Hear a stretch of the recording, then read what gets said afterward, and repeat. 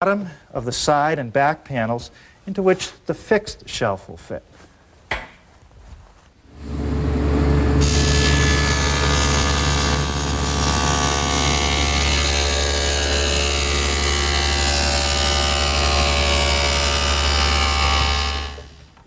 Okay, I'm going to dry assemble a couple of the pieces of the cabinet to show you a detail here.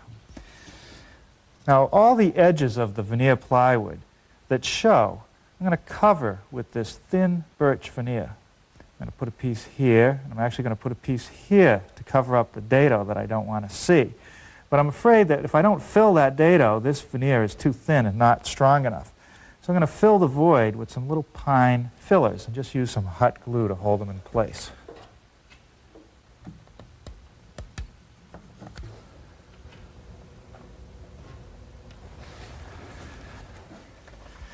Well, now it's time to put some veneer on the edges that are going to show.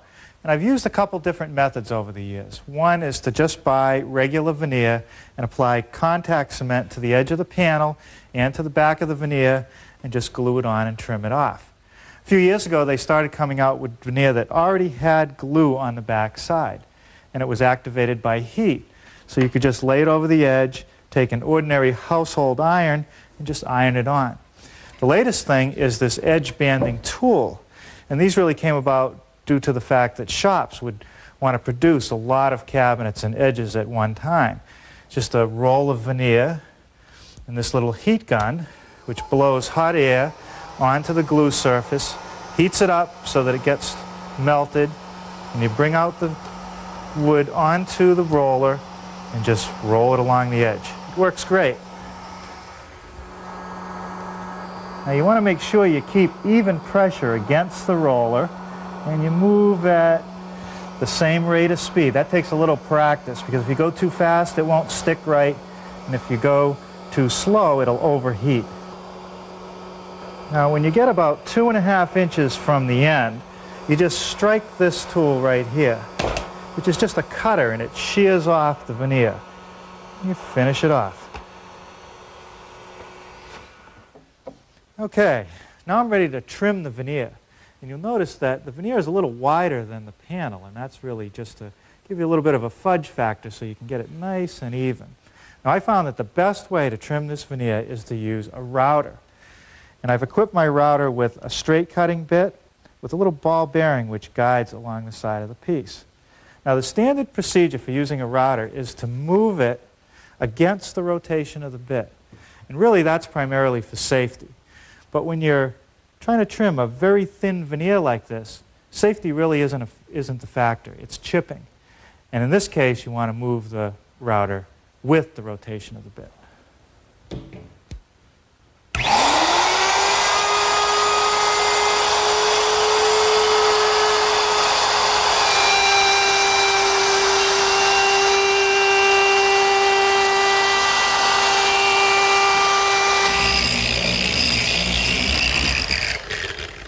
Now to make sure that everything is absolutely even, a quick run over the edge with the sander, and that takes care of it.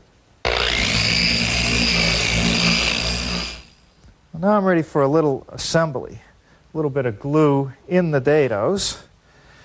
And then when you're working with veneer plywood, it's also a good idea to put a little bit of glue right on the edge of the panel that's going to fit into the dado, because the veneer tends to absorb the glue quickly.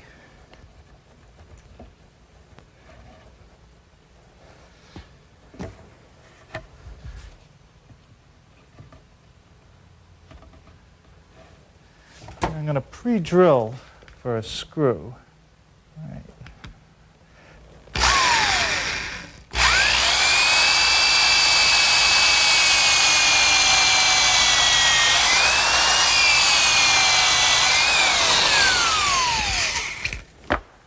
Now I counterbored the hole a little bit. I'm going to plug that with a little plug later. Now I'll just use an 1¼ screw. Pull it all together. Now this top rail gets held in place with a little bit of glue and some 4-penny nails.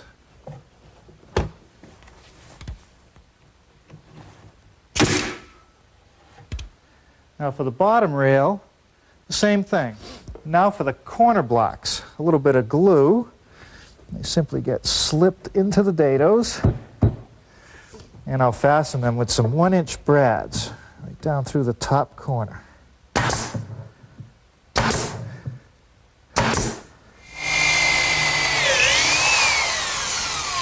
Now this center rail is pine, and that's because you don't really see it. It's hidden behind the draw front and the doors. And I'm using some screws to fasten it because I don't have any corner blocks to give it strength.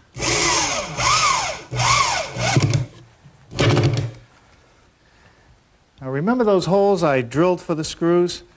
Now's the time that I think I'll fill them in. A little bit of glue in the hole itself. I use my brush to get a little to put on the plug. I picked up these birch plugs at my woodworking supply store, and they're tapered a little bit, so when you drive them into the hole, they fit nice and snug.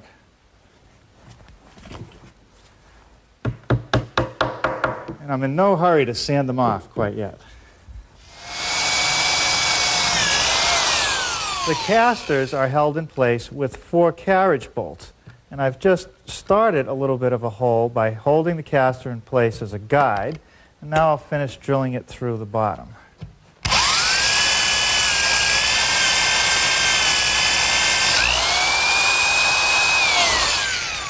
Okay, now I'll just put carriage bolt through, give it a tap so it won't spin, and bolt the caster in place.